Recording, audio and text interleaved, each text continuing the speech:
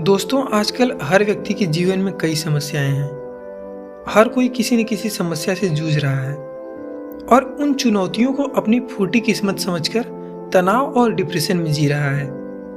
दोस्तों, क्या ये चुनौतियां हमारे जीवन में ज़रूरी हैं या बस ये हमारे जीवन को बर्बाद करने के लिए ही आती हैं?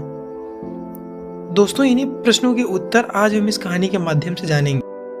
मछलियाँ सालों से जापानियों के प्रिय खाद्य पदार्थ रही हैं।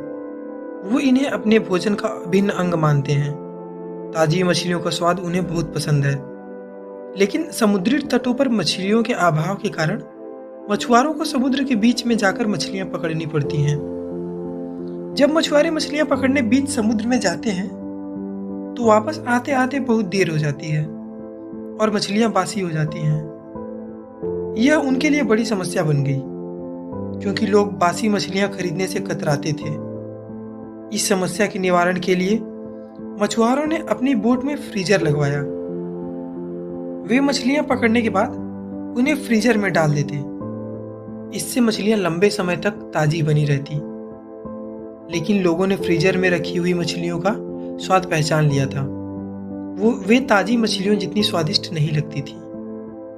लोग उन्हें खास पसंद नहीं करते थे और उन्हें खरीदना भी नहीं चाहते थे। मछुआरों के मध्य इस समस्या का हल निकालने के लिए फिर से सोच विचार की प्रक्रिया प्रारंभ हुई। आखिरकार इसका हल भी मिल गया। सभी मछुआरों ने अपनी बोट में फिश टैंक बनवा लिए। मछलियां पकड़ने के बाद वे उन्हें पानी से भरे फिश टैंक में डाल देते थे। इस तरह वे ताजी मछलियां बाजार तक लाने लगे। लेकिन इसमें भी एक समस्या आ खड़ी हुई।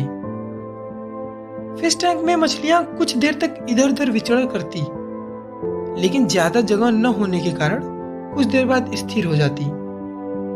मछुआरे जब किनारे तक पहुंचते तो वे सांस तो ले रही होती थी, लेकिन समुद्री जल में स्वतंत्र विचरण करने वाली मछलियों का स्वाद उनमें नहीं होता था। लोग चखकर ये अंतर कर लेते थे। ये मछुआरों के लिए फिर से एक बड़ी परेशानी का सबब बन गई। इतनी कोशिश करने के बाद भी समस्या का कोई स्थायी हल नहीं निकल पा रहा था। फिर से उनकी बैठक हुई और सोच विचार प्रारंभ हुआ।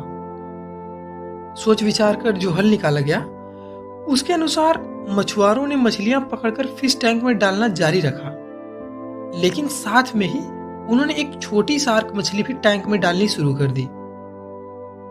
शार्क मछलियां कुछ मछलियों को मारकर खा जाती थी। इस तरह कुछ हानि मछुआरों को जरूर होती थी, लेकिन जो मछलियां किनारे तक पहुंचती थी उनमें स्फूर्ति और ताजगी बनी रहती थी। ऐसा शार्क मछली के कारण होता था, क्योंकि शार्क मछली के डर से मछलियां पूरे समय अपनी जान बचाने के लिए सावधान और चौकन्नी रहती थी। इस तरह टैंक में रहने के बावजूद वे ताजी रहती थी। इस तरकीब से जापानी मछुआरों ने अपनी समस्या का समाधान कर लिया। मित्रों, जब तक हमारी जिंदगी में शार्क रूपी चुनौतियां नहीं आती, हमारा जीवन टैंक में पड़ी मछलियों की तरह ही होता है, बेजान और नीरस। हम सांस तो ले रहे होते हैं, लेकिन हम में जिंदा दिली नहीं होती।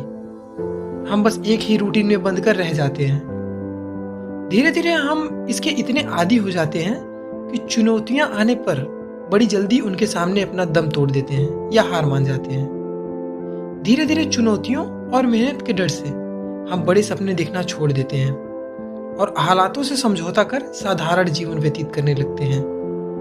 यदि जीवन में बड़ी और असाधारण सफलता हासिल करनी है तो बड़े सपने देखने होंगे। सपनों को वास्तविकता में परिवर्तित करने के लिए कड़ी मेहनत भी करनी होगी। चुनौतियों का सामना करने के लिए खुद को तैयार भी करना होगा। तभी बड़ी और असाधारण सफलता की प्राप्ति होगी। दोस्तों, आशा करता हूँ कि आपको ये कहानी अच्छी लगी होगी और आपने इससे बहुत कुछ सीखा भी होगा। अगर आपको ऐसे ही प्रेरित करने वाली कहानियाँ सुनना पसंद है तो सब्सक्राइब करिए हमारे चैनल माइंड थेरेपी हिंदी को और हमारे परिवार का हिस्सा बनकर हमारा भी मनोबल बढ़ाइए। धन्यवाद।